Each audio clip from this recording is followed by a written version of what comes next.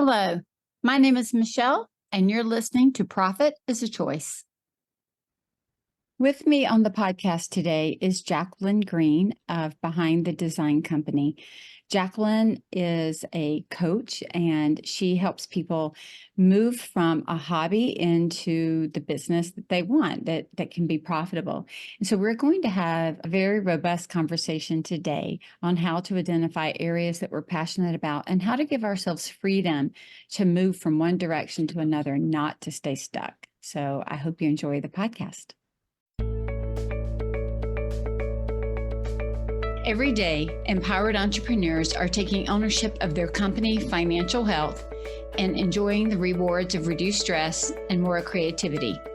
With my background as a financial software developer, owner of multiple businesses in the interior design industry, educator, and speaker, I coach women in the interior design industry to increase their profits, regain ownership of their bottom line, and to have fun again in their business. Welcome to Profit is a Choice.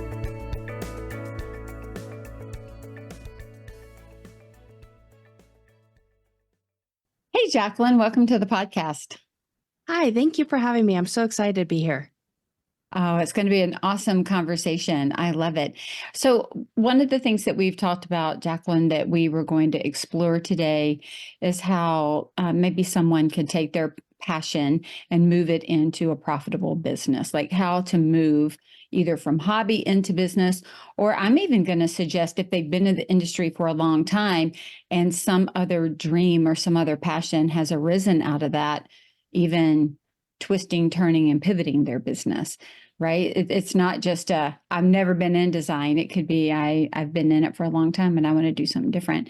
And that's kind of the trajectory of our exploration. I'd love to start, though, with you sharing a little bit about your background and how you got to the point that you are today. Absolutely. I started in marketing right out of college, and I was in corporate marketing for about 15 years and did marketing consulting for about 7 years. And I just kind of lost my passion, to be honest, and I wanted to try something else. So I talked my husband into, hey, let me take a class over at the university on interior design. I was really interested. And like a lot of us that get into that career, we're thinking, I'm good at people come and they compliment my house. I love putting things together.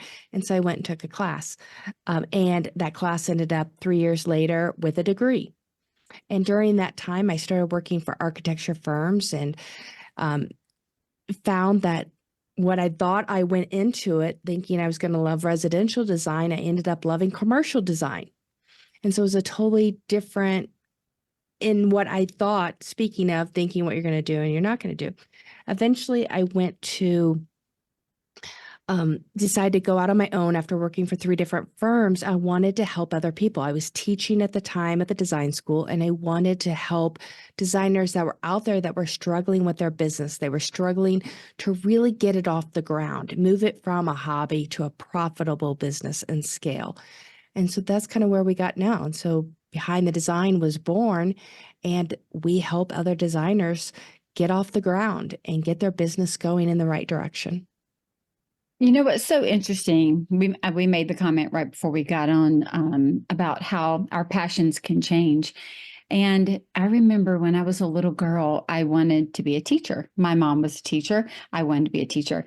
And we used to line up our teddy bears in the front yard. And Yes. we even had like a little desk out there. And sometimes my poor little sister, I would sit her down with all of her little friends and we would pretend teach. And we would rotate who got to be teacher and all the things. Anyway, at some point, I gave that up for a multitude of reasons and I went into software. Well, I did software for 10 years, development.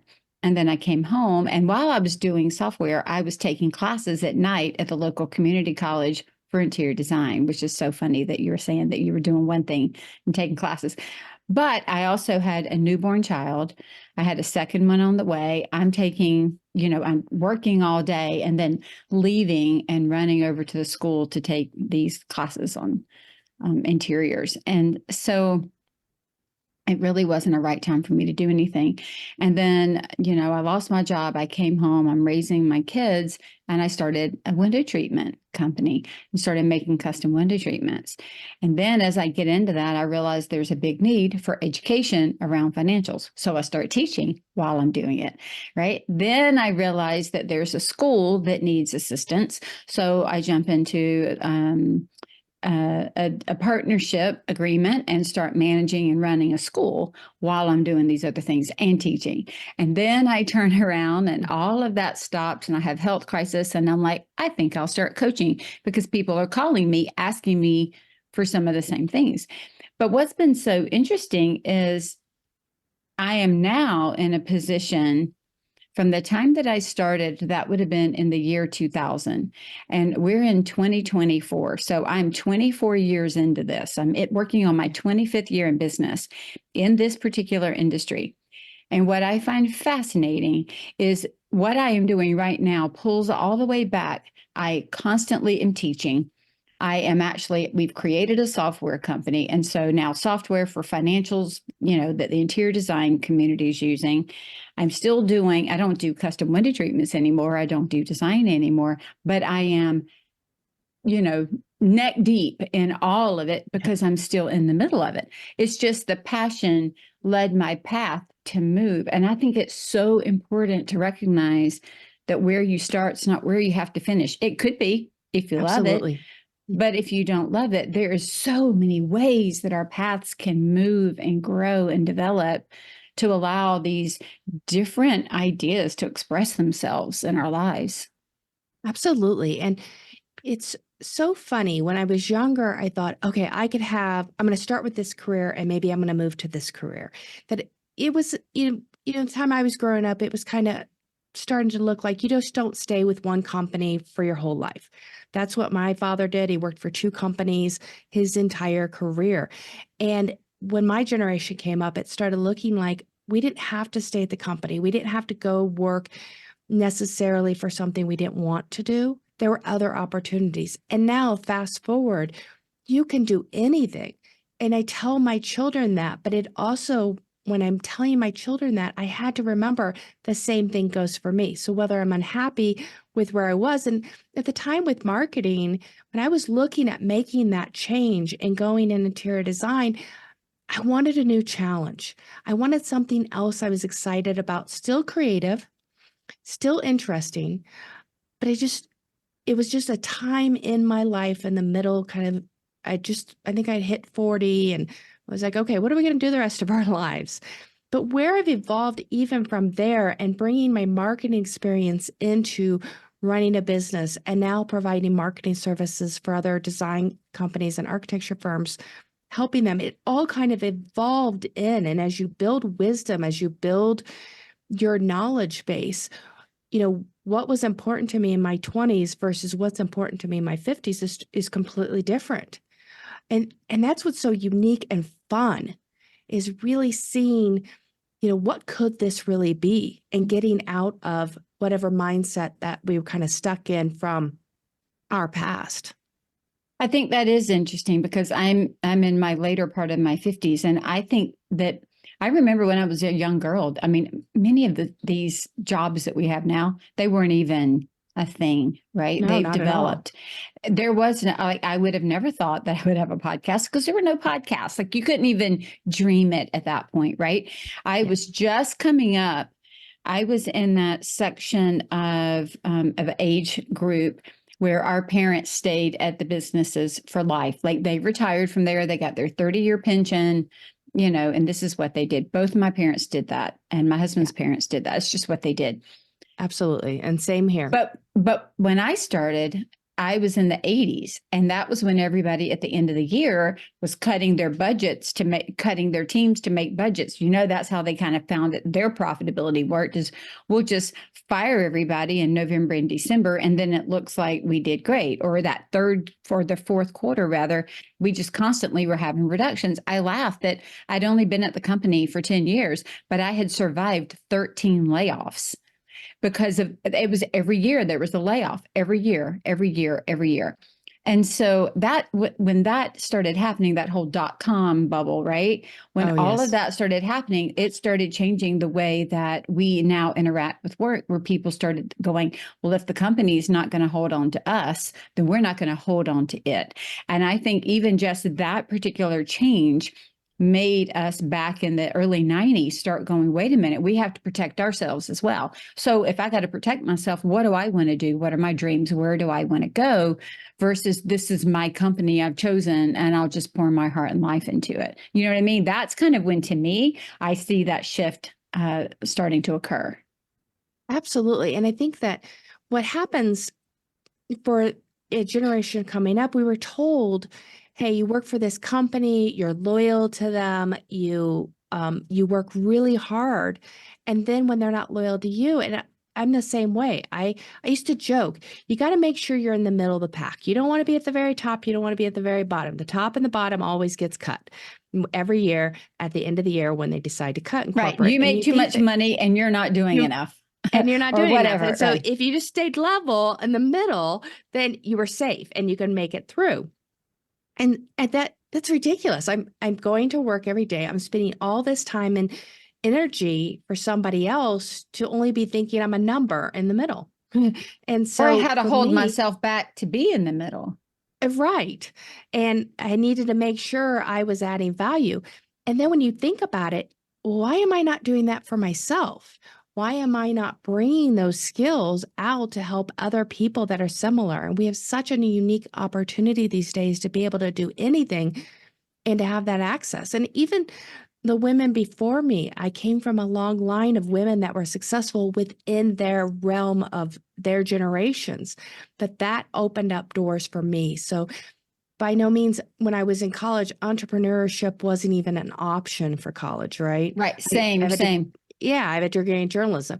Now that is actually one of the biggest areas at colleges is entrepreneurship. And I've encouraged both of my kids when they went to college to take business classes, be an entrepreneur, run your own business. You have those options today. And so I think that's a really important thing. One of the final courses that we had to take, I have a business degree. Our senior year, it was kind of like the capstone project, Mhm. was a course called policy. And it did not hit me until years later that it was actually an entrepreneurial class, because what they did was they broke us into groups. We had to invent a product. We had to have it created. We had to market it. We had to write out all the fun. We had to build the whole business plan for it. And then we had to present the whole thing. I mean, it was literally ground up, build a business. We even had to sign NDAs. We had to sign all kinds of things in case our product got picked up and turned into something. So it was really a big deal. And that class shifted my way of thinking. Mhm. Um, it helped that I was president of the company. That was always fun. But I think what it had me think about, and this is one of the things that caught my attention in your story, was how you even went into design thinking that you were going to be doing it more residential, and then found out you love commercial. I see a lot, even the opposite direction. I went into commercial and then realized I like residential. Yeah. I did some speaking for a while at a local community college that has a design program, and I would go in every year and talk to them about financials and that kind of thing. And I would always kind of ask the question, how many of you are thinking that you want to move into commercial? How many of you are thinking that you were going to move into residential? And I will tell you, most said commercial because the program was geared towards commercial. There were Mhm. always a few that said residential, but there was a big cohort that was just like, we don't even know what we know, and we don't know what we're going to like and what we're not going to like. We're just trying to get the basic skills. And so I love that they even knew that they could articulate, I don't know what my passion is, if you will, Mhm. within this industry. I just know this is kind of the area where this is the playground I want to be in. And now I'm Yeah. going to figure out what toy I want to play with in the sandbox. That's exactly it. So when I was teaching at our local design, I would ask. So I taught commercial design, I taught professional practice, and then a couple softwares, Revit and SketchUp. I would ask, what do you think you want to do? What area do you want to specialize? And the number of students that said, oh, they started in residential and now I'm leaning more towards commercial, or commercial and now towards residential. Those, that's the whole point of school and getting out there and trying different things to see what you like. But even beyond that, I had one student who wanted to go work at Disney and develop the back sets for a lot of their amusements and their entertainment. That was her dream. I had another student who wanted to go work on green rooms. So concert venues have these amazing green rooms. So we think it's just all green, and it's not. They're actually luxury suites. So when somebody comes in as a star, they're treated like a star. And so to think outside of that, and I also had students that wanted to just do the drafting, the technical side of the business, not just, and that was kind of why I went into commercial. Is I like that technical aspect of it. It made sense to me. Where residential is more picking out the beautiful products, and yeah, there's a technical aspect of it, but I was actually wanting to know, how was it constructed? How is this going to be built? How are we going to make this idea real? And so I think that school gives you that opportunity, but even beyond that, doing internships, I always recommend try an internship. I know it's hard. A lot of my students were students that were working at least one job, sometimes two jobs, and going to school, or they were taking care of a family and, going to school. And so that's really hard. But internships are such a huge value because you can kind of test out and try different things and see, oh, I like this about this, or I don't like this. And you can really evaluate, the pros and cons of different ideas. And I think that helps you shape more quickly of, what you could do. But even as you get into your career, just like by marketing, I loved marketing, absolutely loved it for 20 plus years. And then all of a sudden, I did. And so I had to reinvent myself. I had to go find something else that made me excited again. Now, it turns out that I kind of circled back around and all gathered all of that into one. But that's what we do. We talk about, we have those opportunities that you can evolve as a person, as a professional, as a designer. It's funny, if you look at what were design trends in 10 years ago versus now, you'd be like, oh, I would never put that in my house. Same with hairstyle. I would never wear that hairstyle again from the 80s, right? And so we evolve as people, and that's what's fun. That's what keeps it exciting. That's what keeps it you wanting to learn. You want to, build more skills. So I've had a practice at the end of each year and the beginning of a new year of sitting down and going through all of the offerings that I have, whether for a while there, I had all type of speaking topics. Here are all the topics that I'll talk about. And then I would start cutting the ones that I thought, if I even have to get up there and talk about that again, I think I'm going to pull my hair out. Or that I can do that topic, but it doesn't bring me joy. It doesn't light me up. And people can tell when you are excited about something and when you're not. Or that one needs to be retired. I've got a better, new one over here. I've gone through it with my coaching programs. What do I want to offer? What do I not want to offer? What's working? What's not working? How do I tweak it? Where do we move it? Do we need an extra meeting? Do we need less meetings because we're meeting heavy? Like, what does even the outline of everything look like? And I think because my career has shifted, like from software to stay-at-home mom to, window treatments to education to running a school and putting out a magazine to coaching, I have given myself the freedom to shift and to pivot and to move, because most of the time when I'm doing it, well, every time I've done it, it's because number one, I've thought about it. It wasn't just spur of the moment. I've prayed about it. I've planned for it.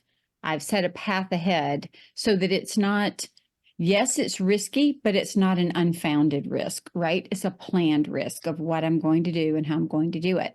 I have, cut out 80% of my coaching at one point because I was going to shift the entire direction of what I was doing and how I was doing it.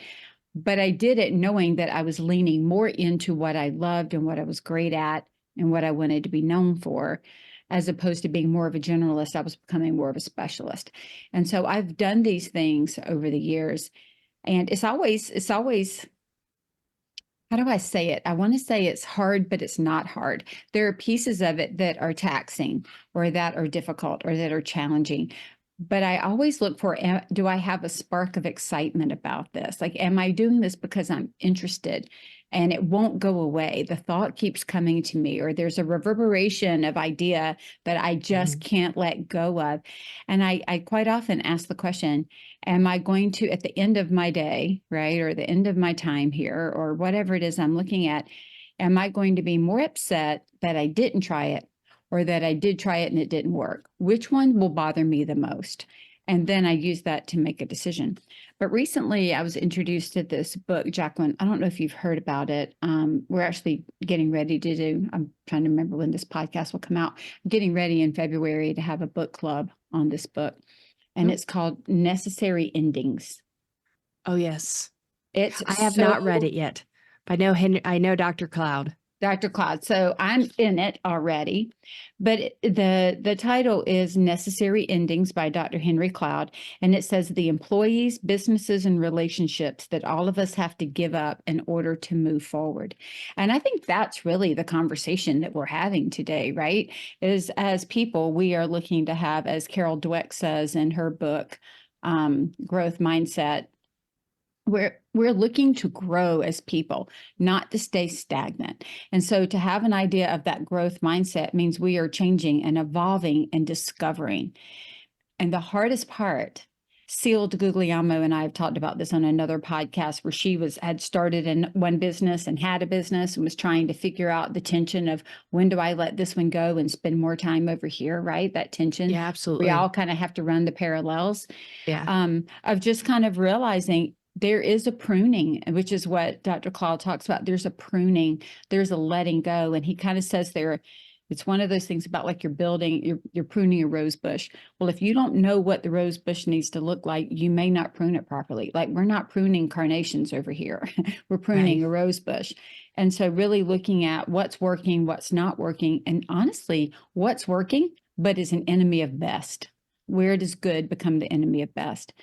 And giving ourselves the freedom to even go through that discovery process, I think is really what you're inviting us to here, is to not feel that we have to be stuck no matter how far we're in business, no matter where we are.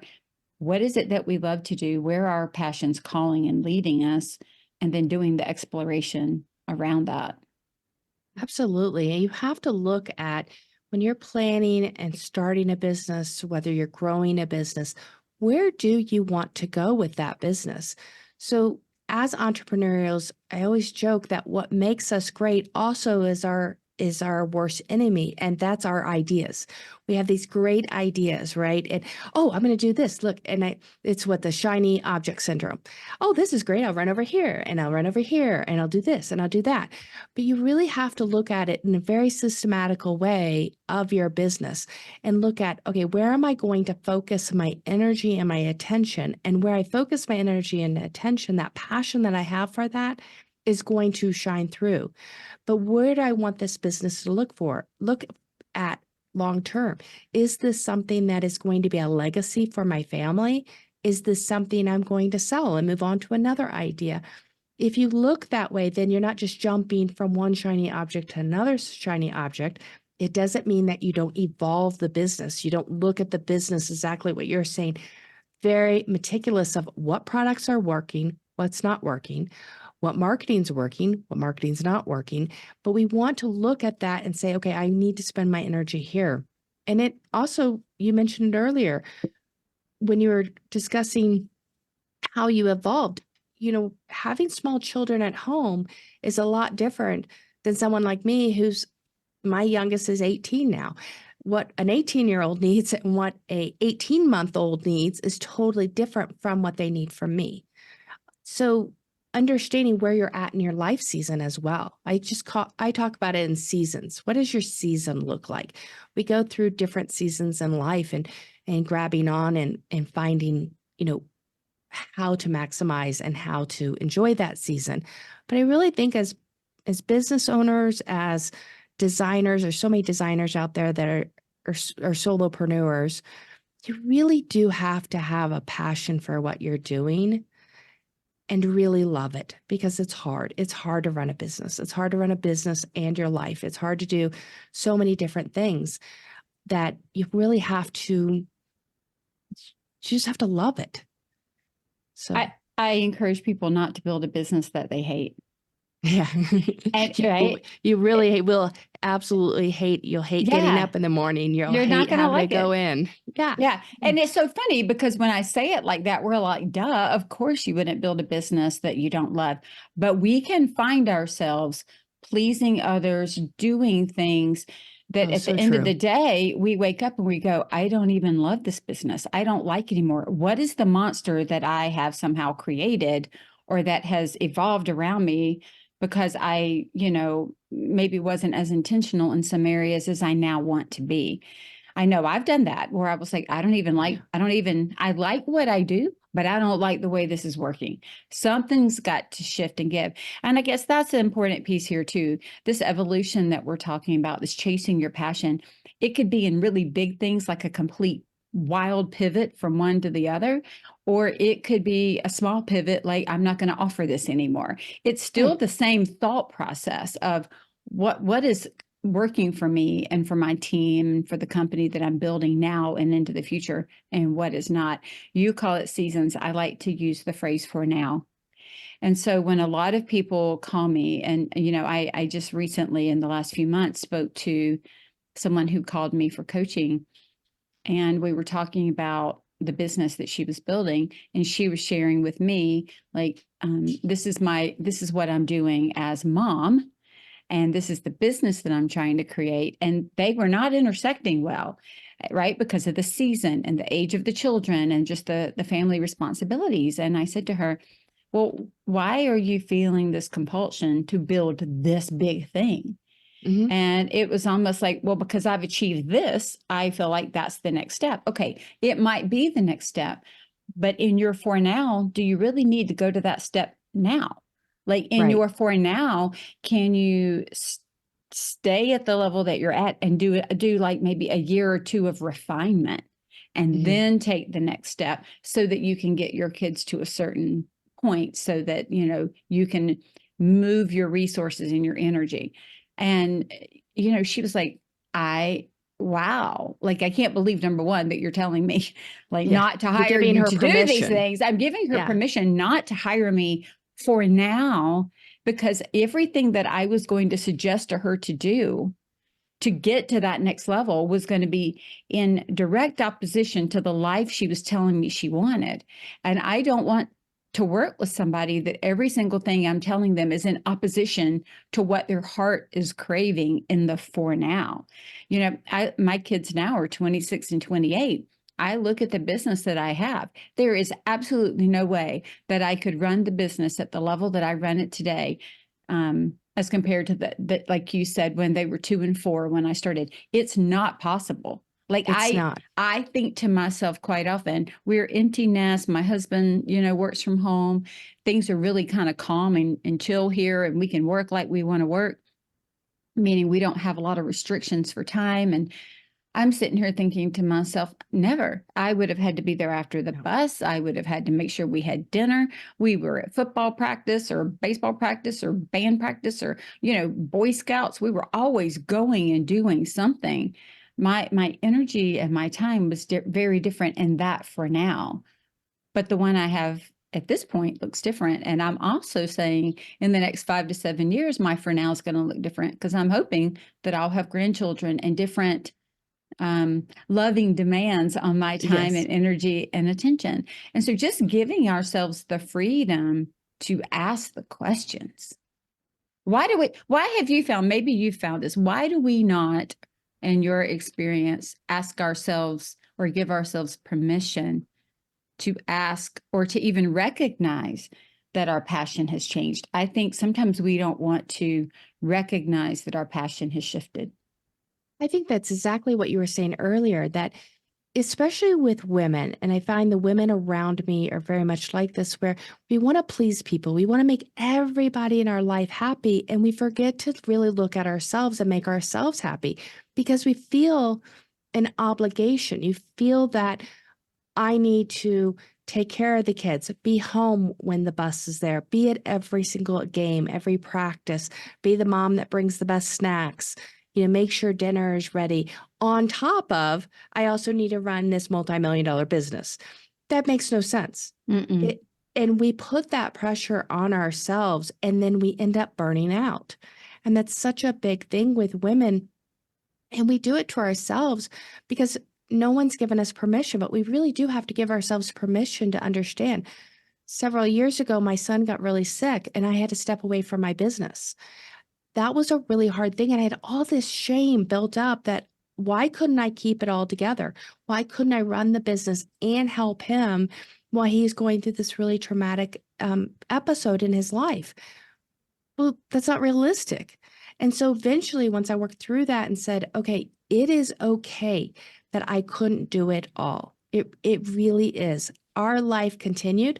The business is back and up. It was what needed to be done. I should not feel that shame for it. And so I think as women that we put everyone else before us and we don't necessarily think about ourselves. But it's just like they say on the airplane, the mask, put your mask on before you put on your child's mask. And I always thought, well, no, I'm going to do that to my child.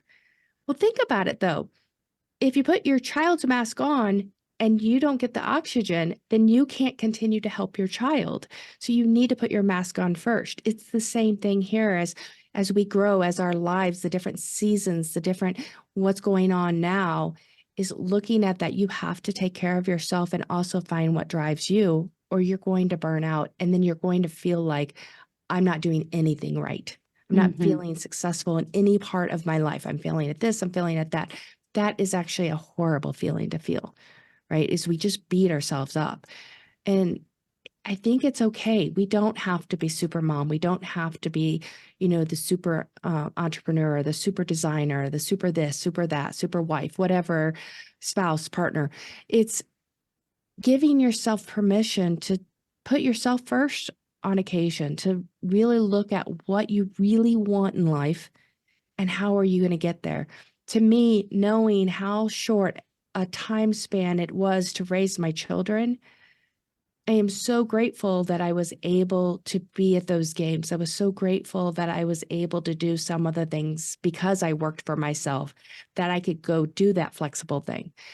Because that time goes so fast, then they're grown up and you're like, Mm-hmm. I'm not Where did needed as that much.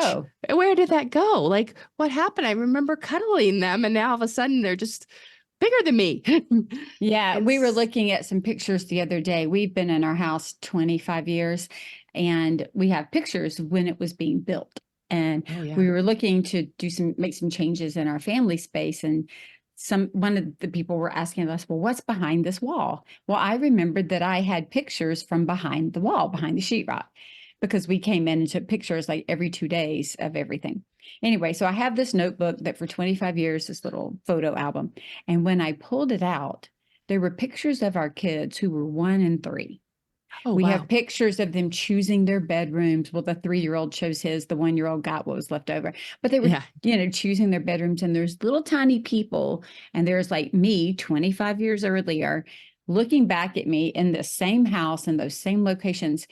And it just hit me the life that has been lived here.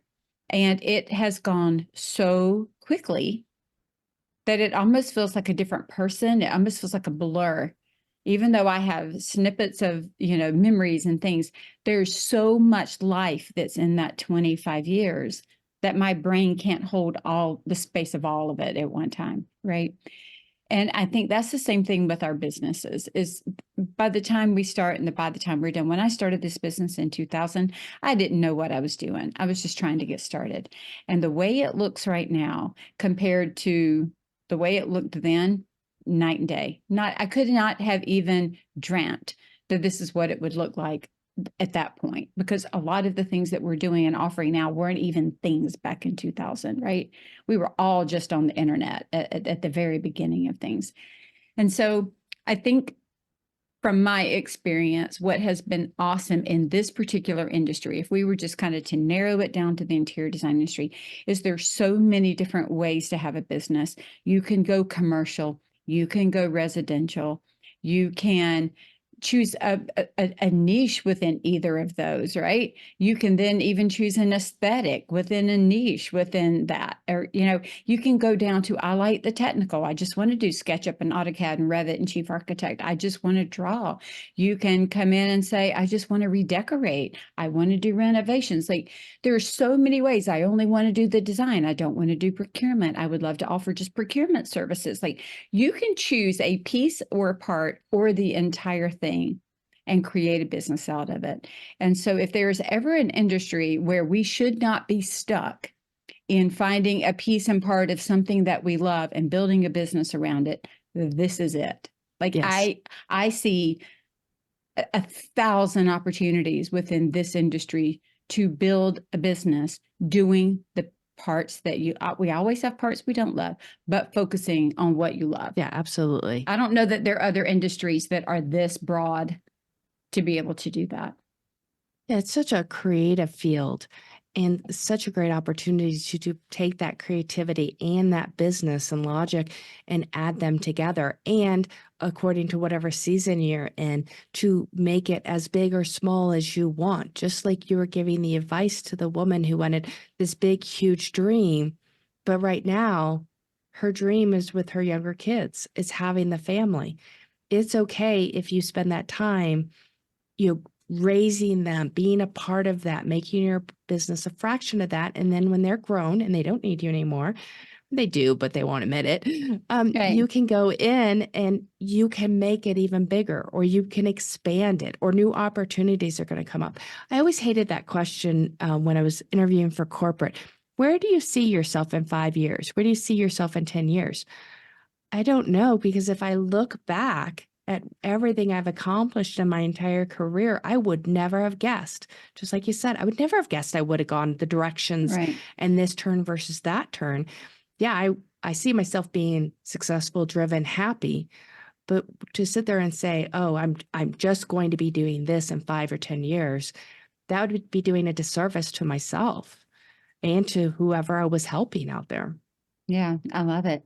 So, Jacqueline, if people want to find you and want to connect with you and be able to talk more about how to follow their passion, and maybe they're wanting to make a pivot, or maybe they are listening because they're just interested in, can I make money in design? What does this look like? And they want to speak with you. How do they find you?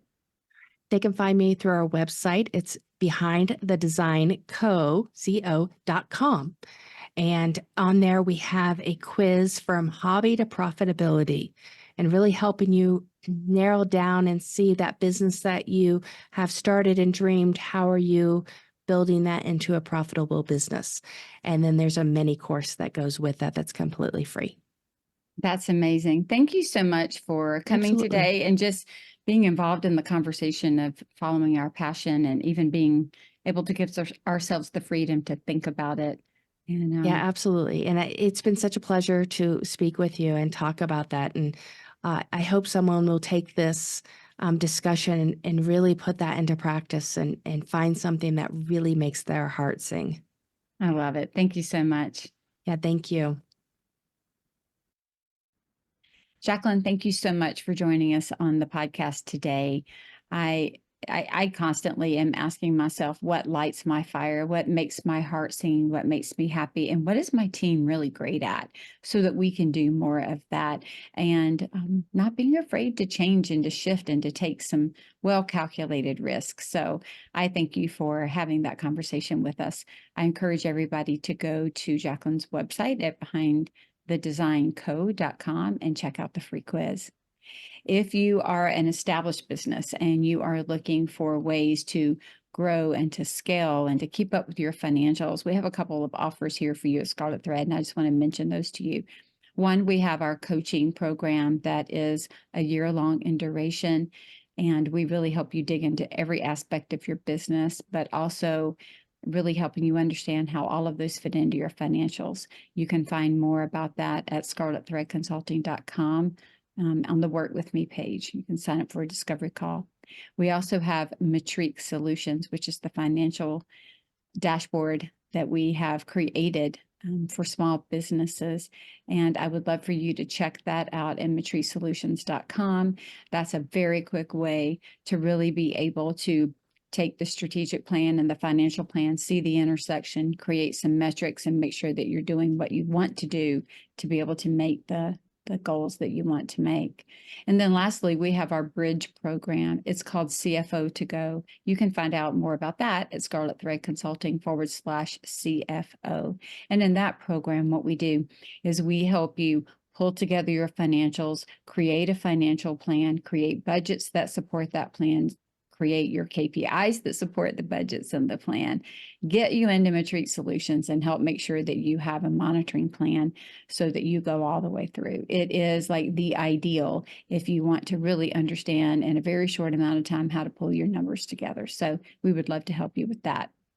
All of these are offers because we believe that you being financially astute and profitable is what's going to keep you passionate about the work that you're doing. And so we would love to support you in one of those ways. As always, choose to be profitable because profit doesn't happen by accident. Profit is a Choice is proud to be part of the designnetwork.org, where you can discover more design media reaching creative listeners. Thanks for listening, and stay creative and business minded.